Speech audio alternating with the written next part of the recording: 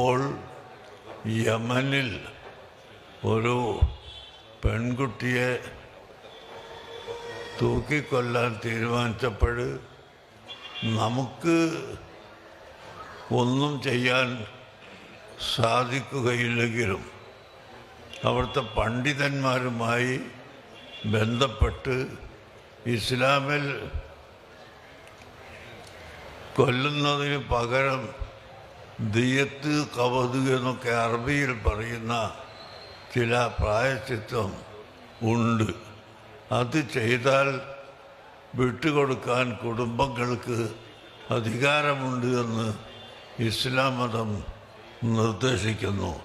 ഈ കാര്യം ഞങ്ങൾ അവിടെയുള്ള ആളുകളെ ബന്ധപ്പെട്ട് ജഡ്ജിമാരോടും കുടുംബങ്ങളോടും സംസാരിക്കുകയും അതിൻ്റെ ചർച്ച ഇപ്പോഴും അവിടെ നടന്നുകൊണ്ടിരിക്കുകയുമാണ്.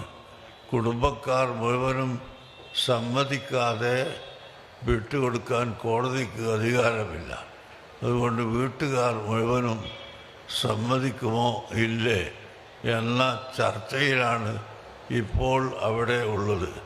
ഏതായാലും നമ്മുടെ വാക്കുകൊണ്ട് അങ്ങനെ ഇസ്ലാം മതത്തിൽ സൗകര്യങ്ങളുണ്ട് എന്നും ഇസ്ലാം മതം ഒരു വർഗീയവാദത്തിൻ്റെയോ വർഗീയ പ്രസ്ഥാനത്തിൻ്റെയോ മതമല്ല എന്നും ലോകത്തിന് പഠിപ്പിച്ചു കൊടുക്കലും ജനങ്ങൾക്ക് നന്മ ചെയ്യാൻ ശ്രമിക്കലും ഞങ്ങളുടെ കർത്തവ്യമാണ് എന്ന നിലക്കാണ് ഞാൻ വിഷയത്തിൽ ഇടപെട്ടിട്ടുള്ളത്.